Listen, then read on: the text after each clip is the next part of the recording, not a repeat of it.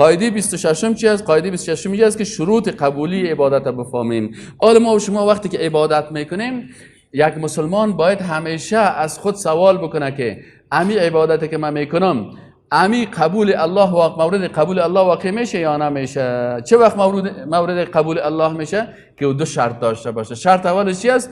اخلاص است. و ما امروا الا لیعبدوا الله مخلصین له الدین. امر نشدن مردم مسلمان ها هم در امت هم در امت های قبلی مگر ای که عبادت بکنه الله را با چی؟ مخلصین. مخلص چی است؟ که هر عبادت هم میکنی 100% نیتت به خاطر رضایت الله باشه. اعمال بسیاری وقتا بسیاری عبادت ها را سهل میکنی. صدقه مثلا اما یک نفر مثلا بر 100 نفر نان تیار میکنه، پرسانش میکنین چرا رقم مصرف کردی جناب برادر عزیز؟ سیال دارم. اینه اخلاص شد یا سیال شد؟ نگفت به خاطر الله میکنم، میگه به خاطر کی میکنم؟ سیال دارم. خودش میگن، خودش به زبان خود میگن، در حالی که اخلاص چی است؟ توحید عبادت است که در نیتت 100% رضایت الله باشه. و دومی شرط قبولی عبادت چی است؟ متابعت است که باید متابعت از کی بکنی؟ از رسول الله صلی الله علیه و سلم میکنی. میخوای نمازت قبول شه؟ بله، 2 رکعت بخوان به طریق رسول الله صلی الله علیه و سلم. نه صاحب، ما صاحب 60,000 رکعت تا بال خواندیم، کلش به طریق بابا کلانم خواندیم، به طریق مادر کلانم خواندیم، به طریق مولای مسجد خواندیم. اما وقتی که حدیث صحیح بخاری را برش واز میکنه، مولوی صاحب برش میگه که رسول الله صلی الله علیه و سلم این قسم نماز میخوان، چشماش لق لق میمانه. اوه چی میگن؟ این چی میگن؟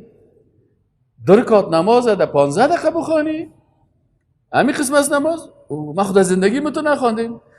ما خود 30 رکعت در 29 رکعت در چند؟ در 25 دقیقه خواندیم.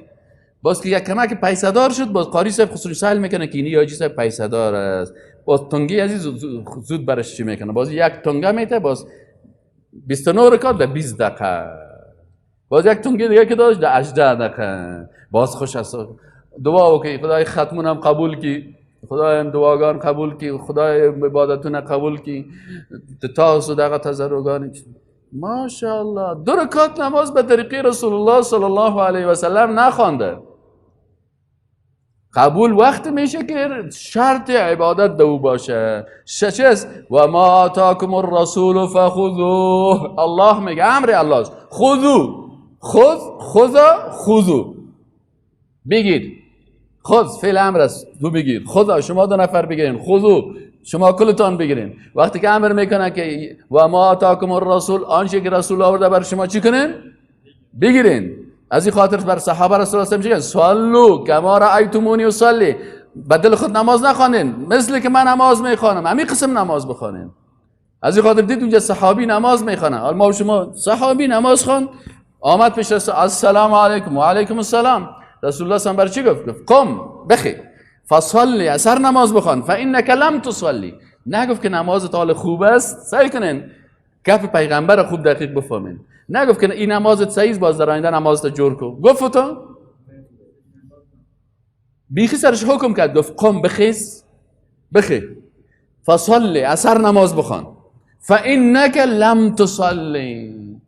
توی خودت کپک کردی، یعنی یک زاویه منفرجه ساخته، نه قائمه جورش کو، خوب خودم چیز استخوانای تا جور بکن. قم فصلی فانک لم تصلی، نماز نخوان. بازی صحابی را باز نماز خوان. وقتی که باز نماز خوان، رسول الله صلی الله علیه و سلم فعل میکنه، مشاهده میکنه، صحابی هست، رسول الله هم قرار ششته، باز خیس نفر صاحب نماز خوان، دید که باز هم تو خدا کپک کرد و بالا کرد و مثلا مرغ و نولک میزنه، مثلا صحیح چیز نمیکنه، باز هم السلام علیکم و رحمت الله دفعه مرتبه. باز رسول الله صلی الله علیه و سلم قاطع برش گفت قم فصلی فانک لم تصلی. بخی نماز بخوان، تو نماز نخواندی، بخی اثر شروع کن.